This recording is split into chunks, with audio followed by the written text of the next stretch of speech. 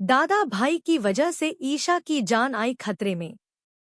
जी हाँ दोस्तों, सीरियल पति ब्रह्मचारी का आने वाला अपकमिंग ट्रैक बहुत ही धमाकेदार होने वाला है, जहां पर यह देखने को मिलने वाला है कि अब दादा भाई की वजह से ईशा की जान खतरे में पड़ने वाली है।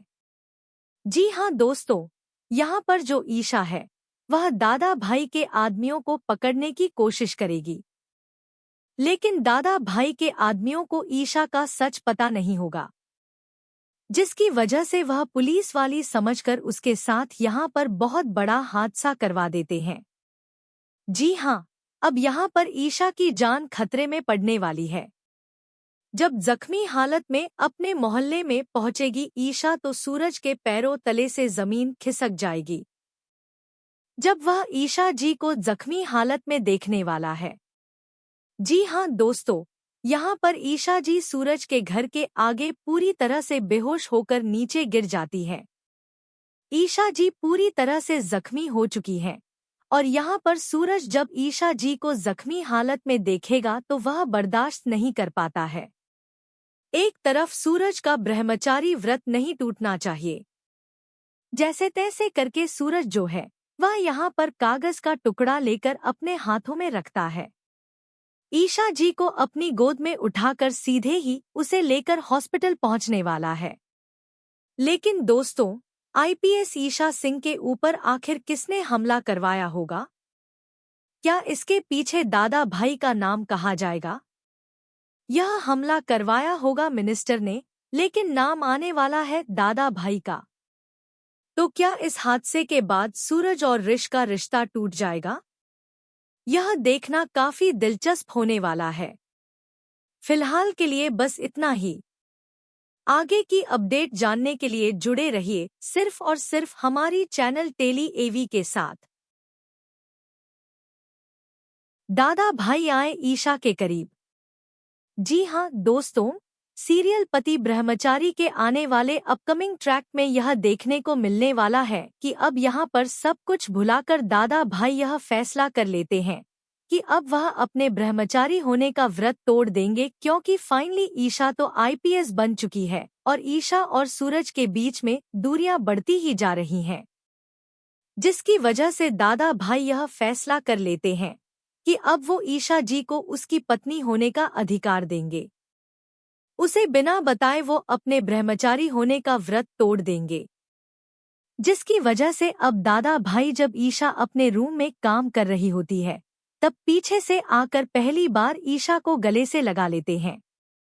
यहाँ पर अब वो ईशा के साथ अपनी जिंदगी की एक नई शुरुआत करने जा रहे हैं, जहाँ पर ईशा जी ने अभी तक दादा भाई को एक्सेप्ट नहीं किया है।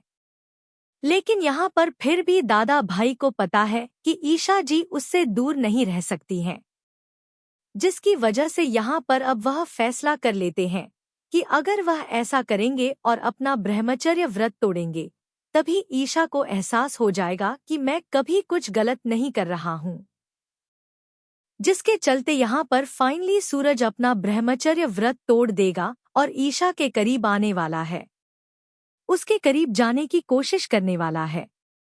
लेकिन दोस्तों, क्या ईशा दादा भाई को अपने करीब आने देंगी? क्या वह उसे स्वीकार करेगी या फिर उसे धक्का देकर खुद से दूर कर देगी? यह देखना काफी दिलचस्प होने वाला है। वेल दोस्तों, सूरज और ईशा की जोड़ी आपको कैसी लगती है? हमें कमेंट के जरिए जरूर बताना। फिलहाल के लिए बस इतना ही। आगे की अपडेट जानने के लिए जुड़े रहिए सिर्फ और सिर्फ हमारे चैनल के साथ।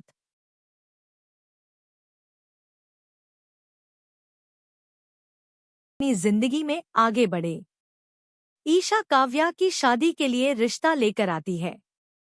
ईशा घर वालों से कहती है कि इसका नाम आशीष है और यह एक होनहार टीचर है।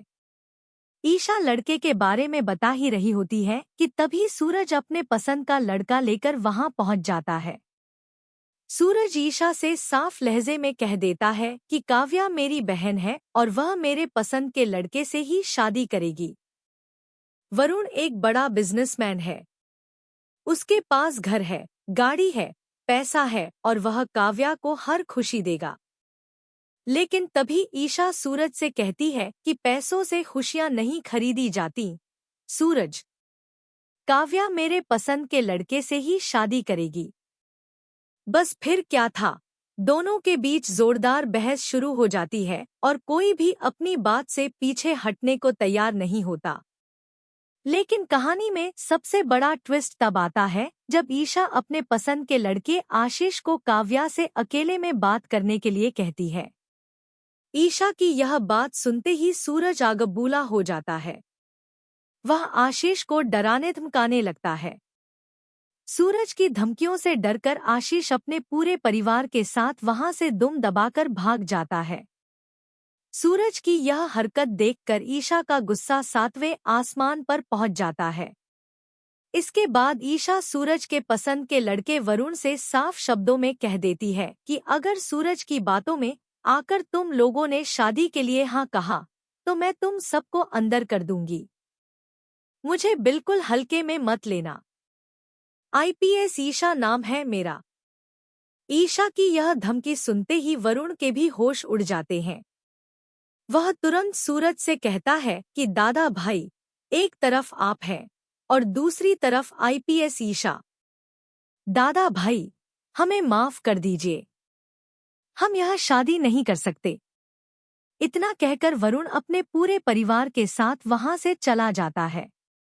अब सबसे बड़ा सवाल यही है कि क्या काव्या सच में आरव को भुलाकर अपनी जिंदगी में आगे बढ़ पाएगी, या फिर कहानी में कोई ऐसा नया ट्विस्ट आएगा जिससे आरव की दोबारा वापसी होगी। अगर आप भी चाहते हैं कि आरव फिर से कहानी में लौट कर आए तो कमेंट में यस जरूर लिखिए। वीडियो को लाइक कीजिए, चैनल को सब्सक्राइब कीजिए और मिलते हैं अगले वीडियो में एक और नए ट्विस्ट के साथ।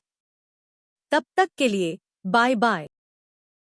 अब कहानी में सबसे बड़ा सवाल यह खड़ा होता है कि क्या ईशा को इस राज का पता चल जाएगा? क्या ईशा किसी तरह इंदौर के उसी हॉस्पिटल तक पहुंच पाएगी जहां आरव भर्ती है? अगर ईशा को यह सच पता चल गया तो क्या वह सूरज का साथ देगी या फिर उससे नाराज हो जाएगी कि उसने इतनी बड़ी बात उससे क्यों छुपाई? यह सवाल आने वाले एपिसोड को और भी ज्यादा रोमांचक बना देता है।